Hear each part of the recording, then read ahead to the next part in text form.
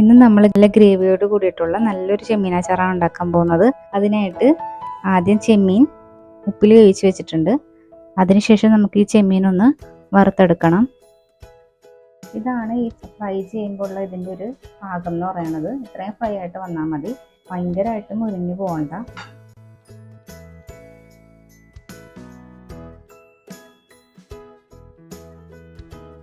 അത് വലുതിനേക്കാളും കുറച്ചും കൂടി നല്ല ടേസ്റ്റി ആയിട്ട് കിട്ടുന്നത് ചെറിയ ചെമ്മീനാണ്.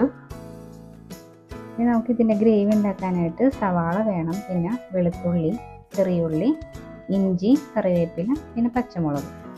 ഈ ഒരു കട്ടിക്കാണ് ഇത് അരിഞ്ഞേക്കുന്നത്. അതുപോലെ തന്നെ ഇഞ്ചി,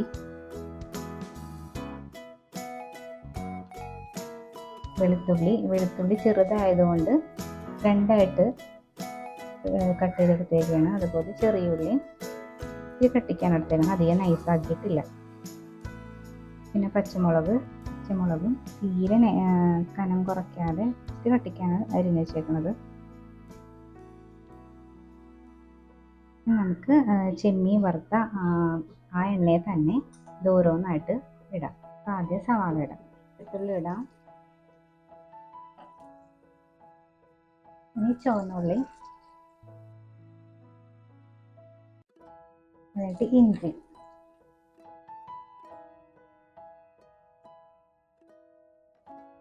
പച്ചമുളക്,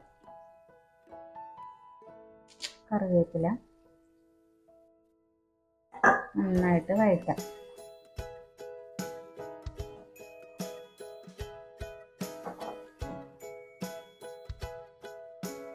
സവാളയും പച്ചമുളകും വെളുത്തുള്ളി എല്ലാം നന്നായിട്ട് വഴണ്ട് വരണം. ഒരു ടീസ്പൂൺ മഞ്ഞൾപ്പൊടി, 2 ടേബിൾ സ്പൂൺ മുളക് പൊടി, 2 ടേബിൾ സ്പൂൺ ഗരം മസാല,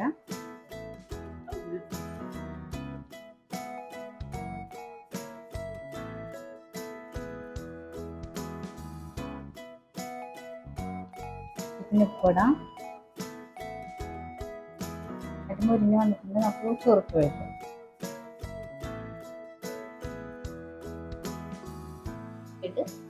ഈ ഒരു സ്പൂണ് 3 സ്പൂൺ ചൊറുക്ക് ഒഴിച്ചിട്ടുണ്ട്.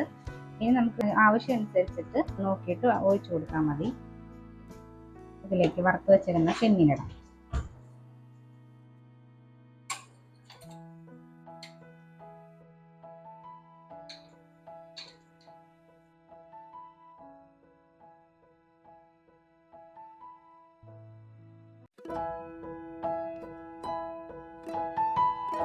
അങ്ങനെ നമ്മുടെ അച്ചാർ ഇവിടെ റെഡി ആയിട്ടുണ്ട്. ഞങ്ങൾ വീട്ടിൽ സ്ഥിരമായിട്ട് ഉണ്ടാക്കാറുള്ളൊരു ചെമ്മീൻ അച്ചാറിൻ്റെ റെസിപ്പിയാണിത്.